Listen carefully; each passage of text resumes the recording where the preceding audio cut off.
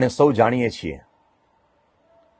કે છેલ્લા કેટલાક સમયથી લોકડાઉન ખુલ્લું થયું છે ત્યારથી એક બહુ જ મોટી ગેરસમજ ફેલાઈ છે. લોકો એમ માને છે કે સરકારે આપણને ઘરની બહાર નીકળવાની હવે ખૂબ છૂટ આપી છે એટલે આપણે હવે ભયમુક્ત થઈ ગયા. પરંતુ હમણાં જ આપણે ડોક્ટર વીપી પટેલના સંબોધન દ્વારા સાંભળ્યું કે કોરોના મહામારીનો અંત નથી આવ્યો, અંત આવ્યો છે લોકડાઉનનો. આપણે આપણા ધંધા, વેપાર, રોજગાર, વ્યવસાય વગેરે જે કંઈ કરીએ તે બધામાં આ સાવધાનીમાં ક્યાંય ચૂક ન પડવા દઈએ એ બહુ જ જરૂરી છે. કહેતા દુઃખ થાય છે કે દિવસે ને દિવસે લાખોની સંખ્યામાં લોકો વિશ્વભરમાં માત્ર થોડી બેદરકારીને કારણે પોતે કોરોનાગ્રસ્ત થઈ રહ્યા છે. પોતાના પરિવારજનોને, પોતાના સ્નેહીજનોને, પોતાના વૃદ્ધ માતા પિતાને, પોતાના નાની ઉંમરના બાળકોને અને સૌ કોઈને કોરોનાનો ચેપ લગાડી રહ્યા છે થોડીક નાની બેદરકારીને કારણે. આપણે સૌ પરમ પૂજ્ય મહંત સ્વામી મહારાજના ખૂબ ખૂબ આભારી છીએ કે જેમણે આપણને વારે વારે કહ્યું છે કે સહેજ પણ બેદરકારી ન રાખશો. આજે લોકડાઉન ખુલ્યા બાદ છેલ્લા કેટલાક સમયમાં આપણે સૌ જે ચિત્ર જોઈએ છીએ એ ચિત્ર માત્ર બેદરકારીનું પરિણામ છે. વ્યક્તિગત બેદરકારી. આપણી વ્યક્તિગત બેદરકારી એ આપણને ક્યાં લઈ જશે એનો આપણને પણ અંદાજ નથી. આપણે એવી બેદરકારી ન દાખવીએ, સાવધાનીપૂર્વક વર્તીએ, આપણું સ્વાસ્થ્ય, આપણા પરિવારજનોનું સ્વાસ્થ્ય, આપણા બાળકો કે આપણા વૃદ્ધ માતા પિતાનું સ્વાસ્થ્ય કથળે નહીં તે માટે એક જવાબદારીની સભાનતા સાથે વર્તીએ. તે માટે પરમ પૂજ્ય મહંત સ્વામી મહારાજે જે પત્રો દ્વારા આપણને માર્ગદર્શન આપ્યું છે એમના જ શબ્દો આપણે આજે પુનઃ સાંભળીશું. એમણે પત્રો દ્વારા એ માર્ગદર્શન આપ્યું છે એ પત્રોના કેટલાક શબ્દોનું આપણે અત્યારે પઠન કરીશું. પૂજ્ય કોઠારી સ્વામી, પૂજ્ય સંતો તથા હરિભક્તો, જય શ્રી સ્વામિનારાયણ. વિશેષ કોરોના મહામારી ભયંકર છે, ઘાતક છે, જેથી તમામ સંતો ભક્તોને નમ્ર વિનંતી કે માસ્ક પહેરવાનું અવશ્ય રાખશો અને સોશિયલ ડિસ્ટન્સિંગ પણ 3 ફૂટનું ઓછામાં ઓછું અંતર રાખીને રાખશો. સેનિટાઇઝેશન પણ અવારનવાર કરતા રહેશો તો જ મહારાજ સ્વામી રક્ષા કરશે.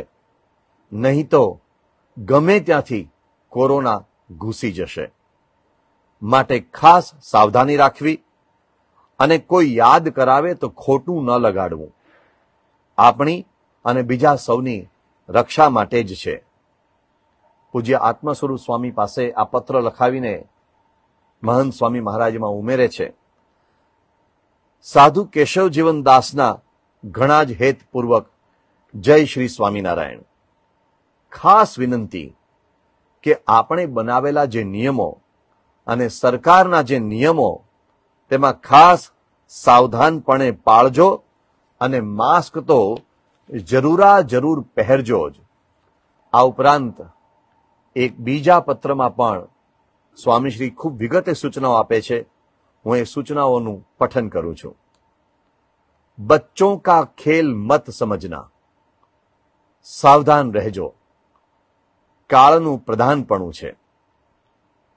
વિશેષ કોરોના 19ના ઉપદ્રવ દ્વારા કાળનું પ્રધાનપણું છે માટે તેના ઝપાટામાં ન અવાય તે માટે બધાએ સાવધાન રહેવું.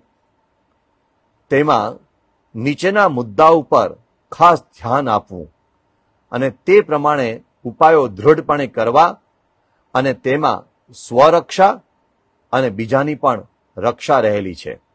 1. ઇમ્યુનિટી વધે તે લક્ષ્યમાં રાખજો. 2. ડિસ્ટન્સિંગ ખાસ રાખવું, દરેક જણથી દૂર રહેવું, ઓછામાં ઓછા 3 ફૂટ દૂર રહેવું. તેનું કડકપણે પાલન કરવું. 3. માસ્ક કાયમ પહેરી જ રાખશો, તેમાં છૂટછાટ ન લેવી. 4. સેનિટાઇઝેશનના નિયમોનું ચુસ્તપણે પાલન કરવું જ. 5. આ અંગે કોઈ ઢીલાશ રાખવી નહીં, કારણ કે કોરોના વાયરસ ખૂબ જ ઝડપથી વ્યાપક અને ઘાતક બને છે. અને 6. મહારાજની દયાથી કોઈ પ્રશ્ન નહીં થાય, રક્ષા થશે, છતાંય સાવધાની પૂરેપૂરી. આટલું લખીને પરમ પૂજ્ય મહંત સ્વામી મહારાજ વિશેષ નોંધમાં ઉમેરે છે, ઇમ્યુનિટી વધારવા માટે 1. ગરમ પાણી દિવસમાં 5-6 વાર પીવું. 2. ગરમ પાણીનો નાશ મોઢા અને નાક વાટે લેવો. 3. ગરમ પાણીમાં હળદર મીઠું નાખીને કોગળા કરવા. 4. હોમિયોપેથી દવા, આયુર્વેદિક ઉકાળા વગેરે લેવા. 5. પ્રાણાયામ કરવા. પરમ પૂજ્ય મહંત સ્વામી મહારાજે આપણને આપેલી આ સૂચનાઓ એ આપણા સૌના હિત માટે છે, આપણા પરિવારના, સમાજના અને સૌ કોઈના હિત માટે છે. તો આપણે સૌ એક સત્સંગી તરીકે, એક નાગરિક તરીકે, એક જવાબદાર વ્યક્તિ તરીકે આ બધા જ નિયમોનું ખૂબ કડક રીતે પાલન કરીએ, એમાં ક્યાંય સહેજ પણ ઢીલાશ ન રાખીએ. અને હા, પરમ પૂજ્ય મહંત સ્વામી મહારાજે તો ત્યાં સુધી કહ્યું છે, આ આજ્ઞા પાળવી તે ભક્તિ છે. તો ભક્તિ માનીને પણ આ નિયમોમાં આપણે ક્યાંય છૂટછાટ ન લઈએ, એવી સૌને ખાસ આગ્રહભરી વિનંતી પરમ પૂજ્ય મહંત સ્વામી મહારાજે કરી છે.